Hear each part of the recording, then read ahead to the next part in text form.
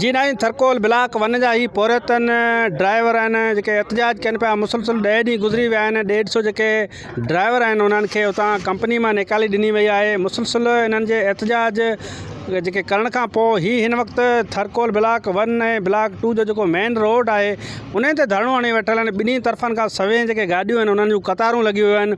धरणो हिन वक़्तु जारी आहे। एहतजाज करण सां ॻाल्हि ॿोल कयूं था त हू छा था चवनि। असांखे हितां खां फारिग कया विया आहिनि। हिकिड़े शख़्स जे करे असां ॿाहिरि निकिता आहियूं। इन जे इहो जेको आहे असांखे दरबदर करण पियो चाहे। इहो हिकिड़ो शख़्स आहे जेके हटायो वञे। हे थर जा 150 माण्हू जेके आहिनि हे मुलाज़िम हुया, हिननि खे वापसी रखिया विया। थर के अंदर अगर कोयला निकाला जाता है हमारे थरों से ज्यादती होती है और बाहर से लोग मंगा के यहाँ भर्ती किए जाते हैं। जितने भी हमारे थर के सियासी लीडर उनको रिक्वेस्ट करूँगा कि खुदारा यहाँ थर के लोगों को ज्यादती हो रही है। बाग बनियूं बारा हर शइ असांजी हर शइ असांजे मथे कब्ज़ो बेघर माण्हू कया विया। हुते असां जॾहिं गेट ते धरणो हयोसीं तॾहिं साईं AC साहिबु आयो, साईं भूरल शाह आयो। हिननि चयो त अव्हां जा मुतालबा हल कया वेंदा ऐं अव्हां खे अंदरि कयो वेंदो। उनजे चवण ते असां उतां धरणो टोड़ियो।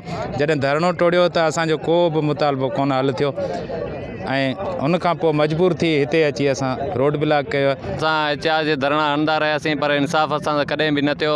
असां ही जेको बि धरणो हुयो इहो मजबूरन थी थर जी आवाम जेको बि बेरोज़गार थी उन जी वजह सां ही ब्लॉक कयो आहे रोड। अञा बि न हिल थियो त असां रैली कढी कराची ताईं लॉन्ग मार्च बि कंदासीं। 10, 12, 15 ॾींहं थी विया आहिनि जेको ड्राइवरनि खे बेरोज़गार कयो आहे। हाणे हिन ड्राइवरनि खे बहाल नथा कनि, रुगो टेलर था ॾियनि। हा बाबा तव्हांखे सुभाणे, तव्हांखे परे, तव्हांखे सुभाणे, हीअं कंदे कंदे हिननि खे टारियो वञे थो। हाणे इन में असां 2-3 ॾींहं प्रेस क्लब ते वेठासीं पर अॼु मजबूर थी असां आया आहियूं रोड ते। गाज़ी बजीर, अवामी आवाज़, TV न्यूज़, इस्लामकोट। विज़िट कयो अवामी आवाज़ मीडिया ग्रुप जी वेबसाइट awamiawaz.pk।